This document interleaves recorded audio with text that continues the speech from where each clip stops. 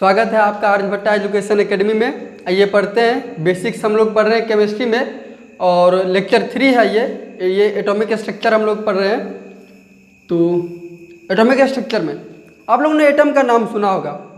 हमने पिछले वीडियो में भी बताया एटम क्या है, मॉलिक्यूल्स क्या है। तो एटम्स के बारे में आज हम लोग पढ़ते हैं। एटम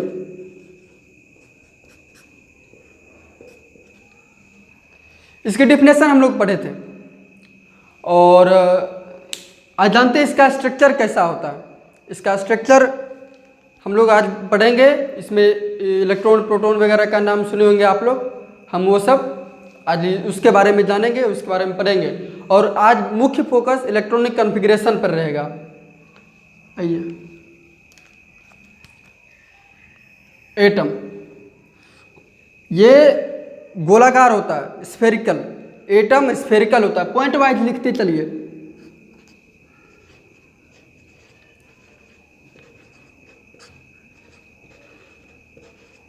एटम का शेप स्फेरिकल होता है।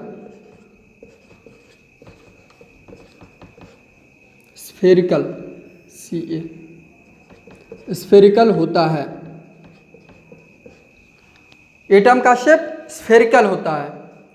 उसमें ये गोलाकार, जैसे कि कोई नारंगी वगैरह इस तरह का, या कोई अर्थ का जो मॉडल है उस तरह का, ये स्फेरिकल होता है। और इसमें इसके सेंटर में एक पॉजिटिव पार्ट होता है। इसके सेंटर में एक पॉजिटिव पार्ट होता है जिसपे ऐसा माना जाता है जिसपे इस पूरे एटम का जो मास है उस सेंटर पे केंद्रित रहता है। तो इसके सेंटर में, इसको लिखते हैं, एटम के सेंटर में एक पॉजिटिव पार्ट होता है।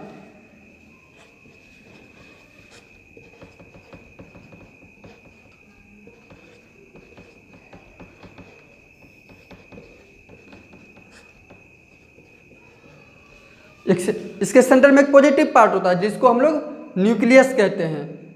न्यूक्लियस, जिसे हम लोग न्यूक्लियस कहते हैं। उधर फिगर बना देंगे जिसे हम लोग न्यूक्लियस कहते हैं।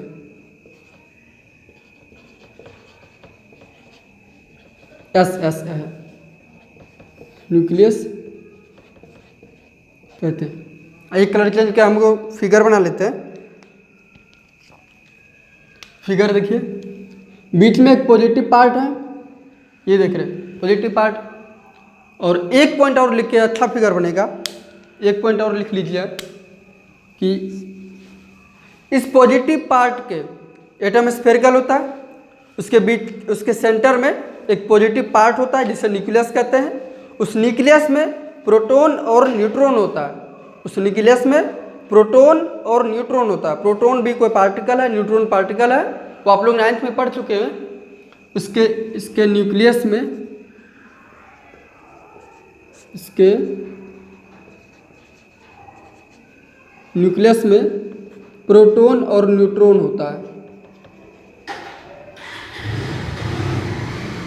प्रोटॉन और न्यूट्रॉन होता है।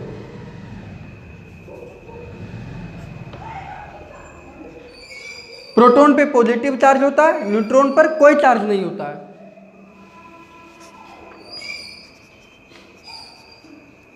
प्रोटॉन पे प्रोटॉन पॉजिटिव होता है और न्यूट्रॉन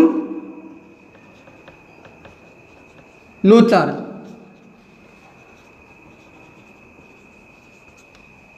प्रोटॉन पॉजिटिव चार्ज होता है और न्यूट्रॉन पे कोई चार्ज नहीं होता है। इस फिर से देखिए, एटम स्फेरिकल होता है, गोलाकार होता है, और उसके सेंटर में एक पॉजिटिव पार्ट होता है जिसे हम न्यूक्लियस कहते हैं। न्यूक्लियस पॉजिटिव क्यों होता है?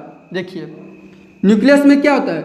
न्यूक्लियस में प्रोटॉन होता है और न्यूट्रॉन होता है। अब देखिए, प्रोटॉन पे क्या है? पॉजिटिव चार्ज है। प्रोटॉन पे पॉजिटिव चार्ज, और इसमें कोई चार्ज नहीं। न्यूट्रॉन पे कोई चार्ज नहीं, प्रोटॉन पे पॉजिटिव चार्ज है। तो ओवरऑल वो चार्ज क्या हो गया? पॉजिटिव चार्ज हो गया। इसलिए न्यूक्लियस पॉजिटिव होता है। और नेक्स्ट पॉइंट है इसका नेक्स्ट पॉइंट है कि ये स्फीयर होता है, इसके सेंटर में एक पॉजिटिव पार्ट होता है, न्यूक्लियस होता है। वो न्यूक्लियस में पॉजिटिव चार्ज होता है, न्यूक्लियस में प्रोटॉन और न्यूट्रॉन होता है। और इसके सेंटर के चारों ओर एक सर्कुलर पाथ होता है, सर्कुलर वृत्ताकार। इसके चारों ओर एक वृत्ताकार रास्ता होता है जिसपे इलेक्ट्रॉन मूव करते हैं। इस सेंटर के, इस न्यूक्लियस के चारों ओर एक सर्कुलर पाथ होता है जिसपे इलेक्ट्रॉन चक्कर लगाते हैं। ये कुछ इस तरह सा है, जैसे अपना सोलर सिस्टम, सौरमंडल, उसमें एक बीच में सेंटर में सूर्य है, उसके चारों ओर बहुत सारे ग्रह चक्कर लगाते हैं। कुछ उसी तरह का कि बीच में एक न्यूक्लियस है और उसके चारों ओर एक सर्कुलर पाथ है जिसपे इलेक्ट्रॉन्स चक्कर लगाते हैं। न्यूक्लियस, फिर से लिख लीजिए, स्पेलिंग ठीक कर लीजिएगा। न्यूक्लियस के चारों ओर, न्यूक्लियस के चारों ओर सर्कुलर पाथ होता है, बहुत सारा सर्कुलर पाथ होता है जिसपे इलेक्ट्रॉन्स चक्कर लगाते हैं। सर्कुलर पाथ होता है जिसपे इलेक्ट्रॉन्स चक्कर लगाते हैं। इस सर्कुलर पाथ पे बहुत सारे सर्कुलर पाथ होते हैं और आगे हम बताएंगे। और इस पे इलेक्ट्रॉन्स चक्कर लगाते हैं।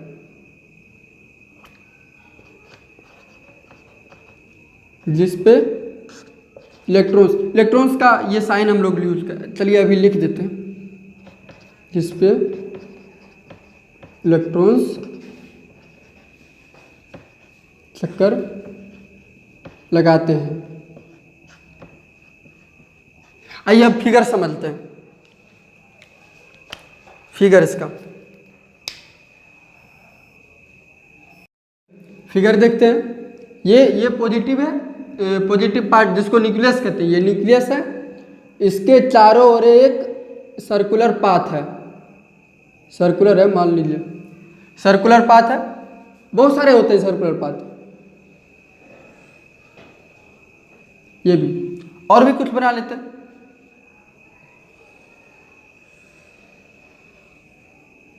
ये हो गया एटम, एटम है। एटम के बीच में एक पॉजिटिव पार्ट है जिसे न्यूक्लियस कहते हैं, न्यूक्लियस है ये न्यूक्लियस है, नाभिक हिंदी में। और इस पे इलेक्ट्रॉन्स, ये यहाँ पे देखिए, यहाँ पे इसके चारों ओर सर्कुलर पाथ है, सर्कुलर पाथ। और सर्कुलर पाथ पे इलेक्ट्रॉन्स चक्कर लगाते हैं, इलेक्ट्रॉन्स, ये बहुत सारे इलेक्ट्रॉन्स चक्कर लगाते हैं।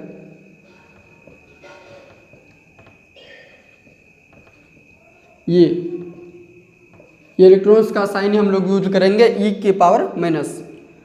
ये एक पॉजिटिव पार्ट है, वहाँ फिगर देखिए, एक पॉजिटिव पार्ट है न्यूक्लियस के चारों ओर ये सर्कुलर पाथ है जिसपे इलेक्ट्रॉन्स चक्कर लगाते हैं। आइए दूसरा पॉइंट, ये जो सर्कुलर पाथ है इसे हम लोग ऑर्बिट कहते हैं, ऑर्बिट या शेल। इस सर्कुलर पाथ को हम लोग ऑर्बिट कहते हैं, ऑर्बिट्स या शेल। कक्षा, हिंदी में कक्षा। उस सर्कुलर पाथ को हम लोग ऑर्बिट कहते हैं।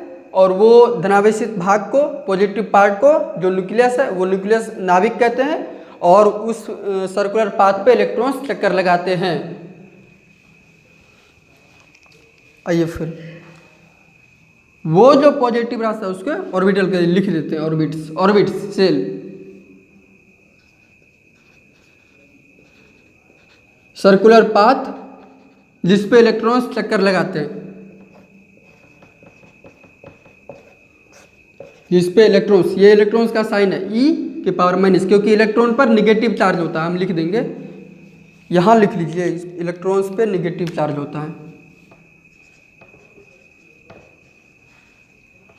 इलेक्ट्रॉन पर निगेटिव माइनस वी नेगेटिव, और इस पे सर्कुलर पाथ पे जिस पे इलेक्ट्रॉन्स चक्कर लगाते हैं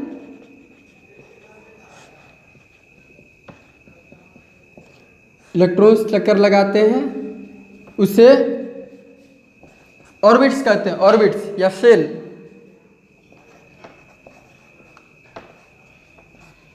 स्लैश सेल हिंदी में कक्षा कहते हैं।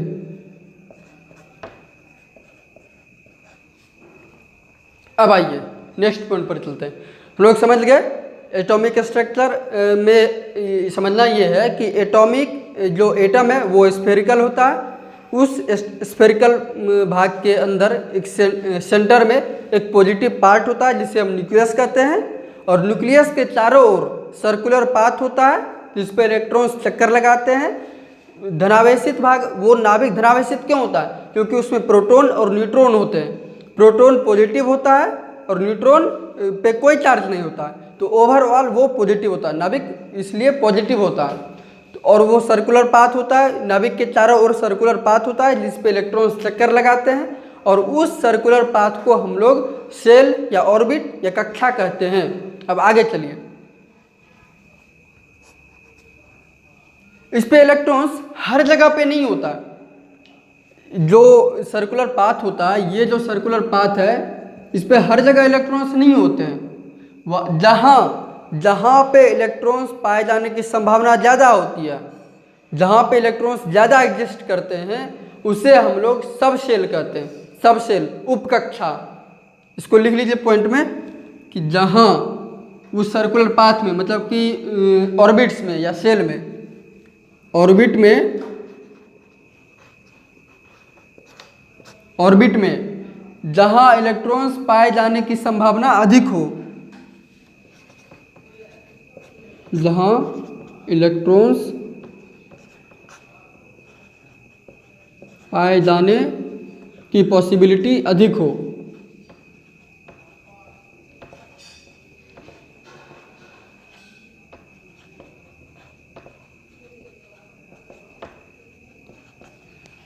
ऑर्बिट्स में जहाँ इलेक्ट्रॉन्स पाए जाने की संभावना अधिक हो उसे सबशेल कहते हैं।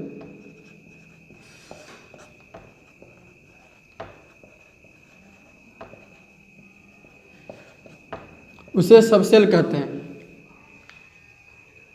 ये हो गया, एटम का शेप स्फेरिकल होता है। फिर से आप लोग समझ जाइए, एटम का शेप स्फेरिकल होता है, एटम स्फेरिकल होता है। एटम के सेंटर में एक पॉजिटिव पार्ट होता है और जिसे हम लोग न्यूक्लियस कहते हैं। एटम है, एटम के बीच में पॉजिटिव, एटम स्फेरिकल है, इसके बीच में पॉजिटिव पार्ट है जिसे हम न्यूक्लियस कहते हैं, न्यूक्लियस लिखा।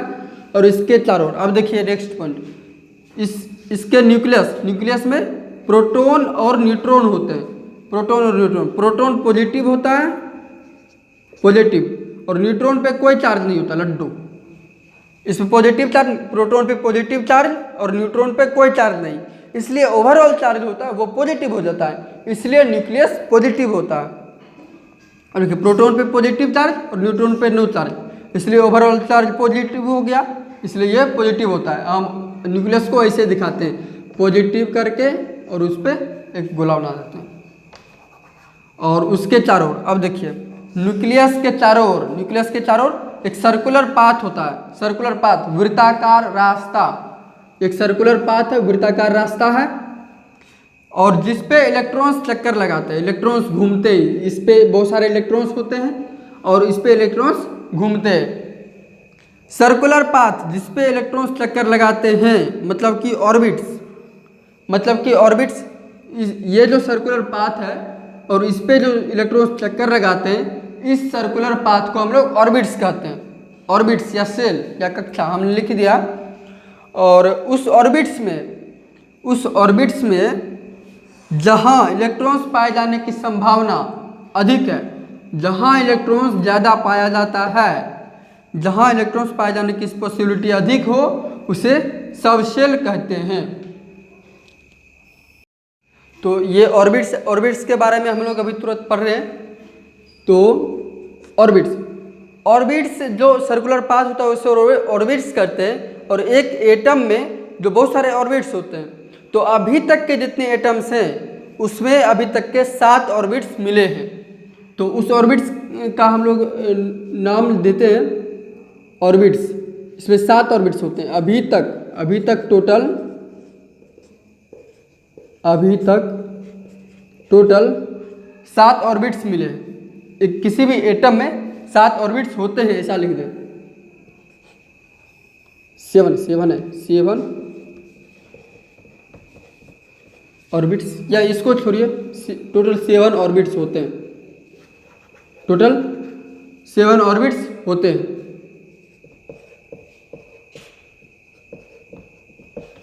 एक एटम में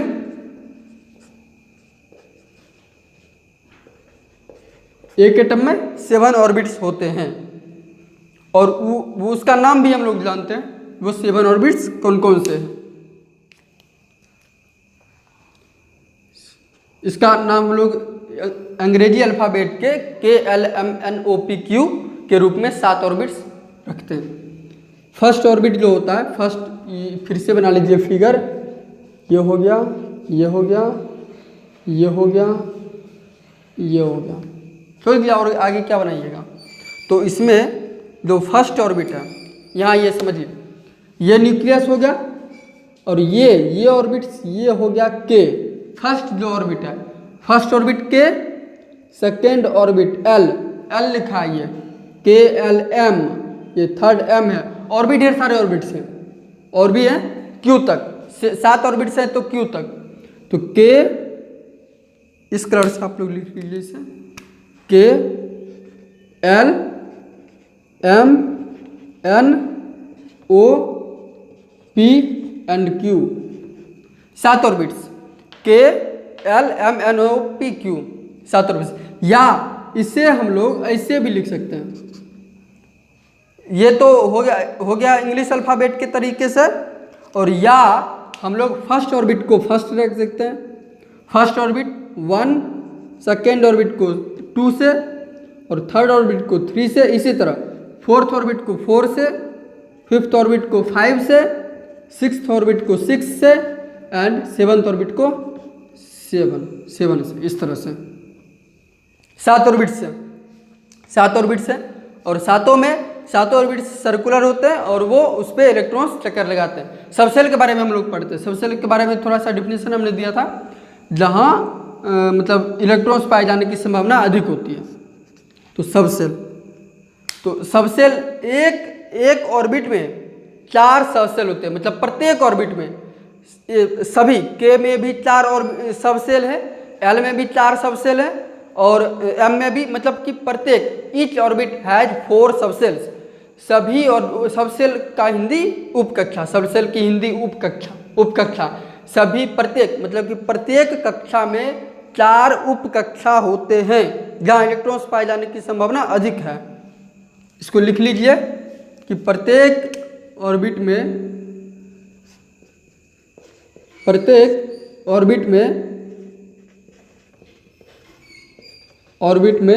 4 सबसेल होते हैं।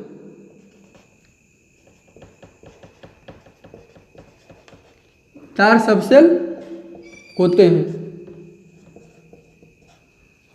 प्रत्येक ऑर्बिट में। K में भी 4 सबसेल है, और L में भी, M में भी, N में भी 4 सबसेल है। इसी तरह सभी ऑर्बिट्स में 4 सबसेल हैं। और वो सबसेल कौन कौन से, उसका नाम हम लोग लिखते हैं, नाम है S। अंग्रेजी के जो स्मॉल अल्फ़ाबेट है, स्मॉल में लिखते हैं S, इसको ठीक से लिख दीजिए, S P D and F, ये 4 सबसेल हैं। These are subcell. एक किसी भी एक ऑर्बिट में 4 सबसेल होते हैं, S P D and F। इसमें इलेक्ट्रॉन्स पाए जाने की संभावना अधिक है। आइए फिर समझते हैं।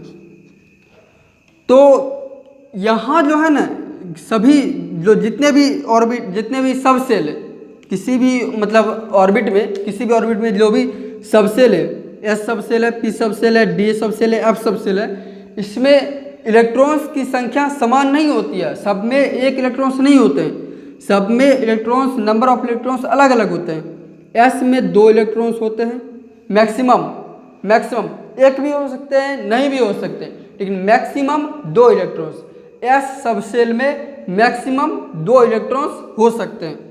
पी सब सेल में मैक्सिमम 6 इलेक्ट्रॉन्स आ सकते हैं, पी सब सेल में मैक्सिमम 6 इलेक्ट्रॉन्स आ सकते हैं। उसी तरह डी सब सेल में मैक्सिमम 10 इलेक्ट्रॉन्स आ सकते हैं एंड एफ सब सेल में मैक्सिमम 14 इलेक्ट्रॉन्स आ सकते हैं। 0 भी हो सकता है, 0 भी हो सकता है, 1 भी हो सकता है, 2 भी हो सकता है, मैक्सिमम 14 इलेक्ट्रॉन्स, इससे ज़्यादा नहीं आ सकता। डी में मैक्सिमम, डी सब सेल में मैक्सिमम 10 इलेक्ट्रॉन्स हो सकता है, इससे ज़्यादा नहीं आ सकता। तो आइए इसको लिख दे मैक्सिमम, यहाँ हम लोग लिखेंगे सब सेल है ये, सब सेल और मैक्सिमम इलेक्ट्रॉन, इसको एक टेबल बना लेते हैं। सब सेल मैक्सिमम इलेक्ट्रॉन, सब सेल, एस सब सेल में मैक्सिमम 2 इलेक्ट्रॉन, पी सब सेल में मैक्सिमम 6 इलेक्ट्रॉन और डी सब सेल में मैक्सिमम 10 इलेक्ट्रॉन और एफ सब सेल में मैक्सिमम 14 इलेक्ट्रॉन्स आ सकते हैं। ये होगा, ये सब सेल होगा। अब सब सेल के अंदर भी ऑर्बिटल्स होते हैं, ऑर्बिटल्स सब सेल के अंदर भी, ये सब सेल हो गया। ऑर्बिट्स के अंदर सब सेल और सब सेल के अंदर भी ऑर्बिटल्स होते हैं। जैसे ऑर्बिट्स को मान लीजिए कि एक घर है, ऑर्बिटल्स क्या है, एक कमरा है और वो डबल बेडरूम का एक कमरा है ऑर्बिटल्स। सब सेल एक घर है, पूरा एक घर है और ऑर्बिट्स एक पूरा एक मोहल्ला है, ऑर्बिट्स एक पूरा एक मोहल्ला है जिसमें सब सेल होते हैं। सब सेल एक घर होता है, एक पूरा बिल्डिंग होता है। सब सेल यहाँ लिख लीजिए, ऑर्बिट्स एक पूरा मोहल्ला है, ऐसे समझिए। ऑर्बिट्स एक पूरा मोहल्ला है, उसमें ढेर सारे घर हैं, मतलब कि सब सेल है। बिल्डिंग्स, बिल्डिंग्स स्पेलिंग देख लीजिएगा। ऑर्बिट्स एक मोहल्ला है, सब सेल है वो बिल्डिंग्स है। और उसके बाद ऑर्बिटल्स उस बिल्डिंग में डबल बेड का एक रूम है। ऑर्बिटल्स डबल बेड का एक रूम, हम समझाते हैं इसको क्यों है। डबल बेड का रूम।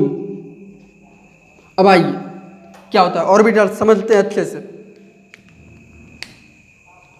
इसको यहां से ऐसे, ऑर्बिटल्स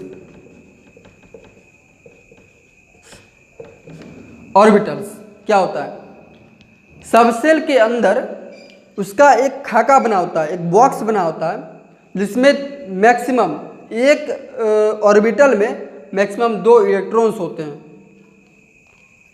सब सेल के अंदर, कलर चेंज करके लिख लीजिए, सब सेल के अंदर ऑर्बिटल्स होते हैं जिसमें एक ऑर्बिटल में मैक्सिमम 2 इलेक्ट्रॉन्स होते हैं।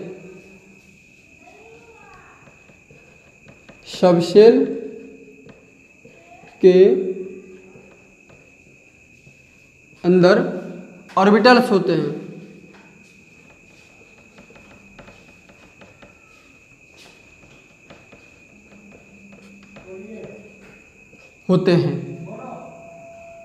सब सेल के अंदर ऑर्बिटल्स होते हैं और उस एक ऑर्बिटल, प्रत्येक सब सेल में ऑर्बिटल्स हैं।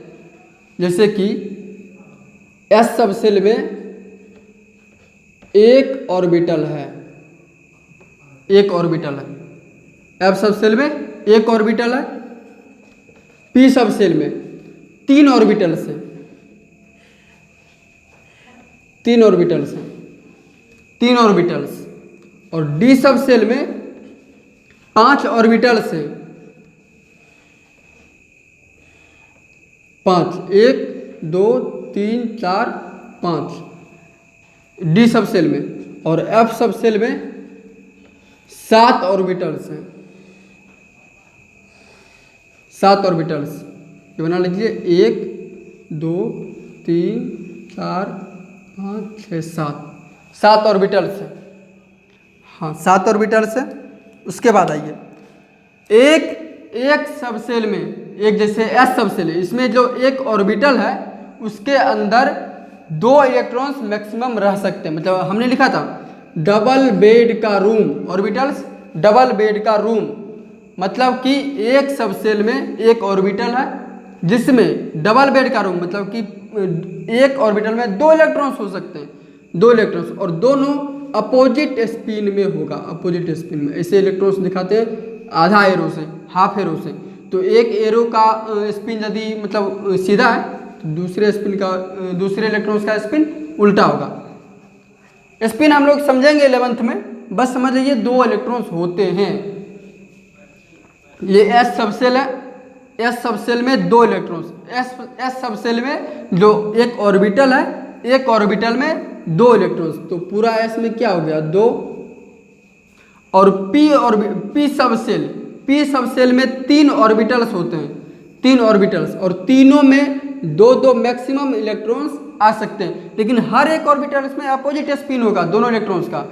हर एक ऑर्बिटल में 2 इलेक्ट्रॉन्स जो मैक्सिमम रह सकते हैं उसके अपोजिट स्पिन में, दोनों अपोजिट स्पिन में होगा। एक क्लॉकवाइज स्पिन होगा तो एक एंटी क्लॉकवाइज स्पिन होगा। इसके बारे में आप लोग पढ़िएगा 11th में। ये हो गया। और ये हाँ, तो टोटल 2 2 4 2 6 इलेक्ट्रॉन्स यहाँ हमने लिखे थे सबसेल में एस में 2, एस में टोटल 2 इलेक्ट्रॉन्स हो गए, पी में 6 हो गए, तो 2 2 4 2 6 3 ऑर्बिटल 6 इलेक्ट्रॉन्स टोटल पी में। और डी में 2 एक ऑर्बिटल में, फिर 2 एक ऑर्बिटल में, फिर 2 एक ऑर्बिटल में, फिर 2 एक ऑर्बिटल में, फिर 2 एक ऑर्बिटल में, तो टोटल 5 ऑर्बिटल्स हैं और सब में 2 2 इलेक्ट्रॉन्स।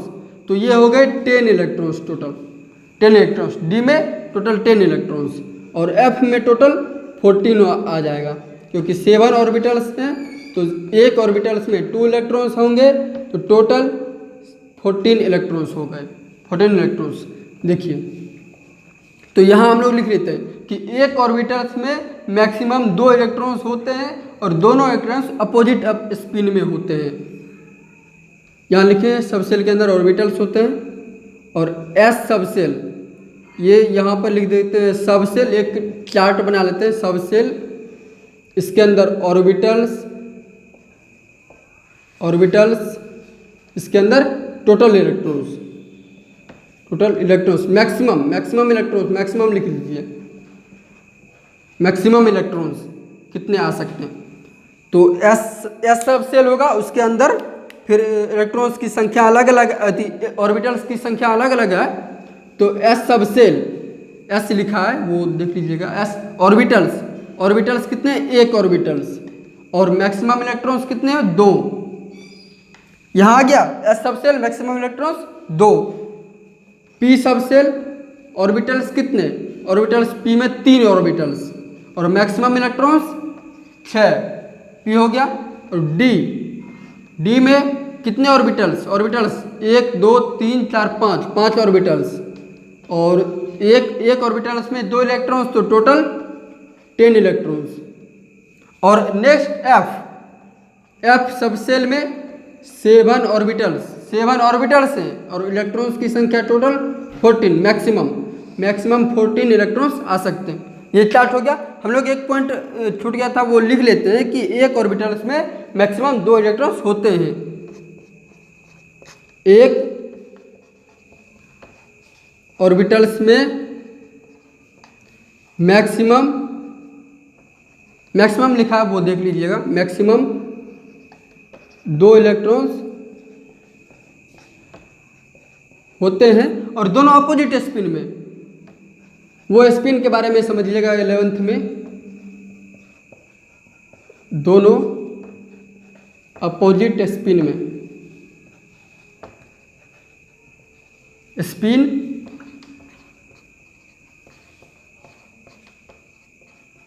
में होते हैं।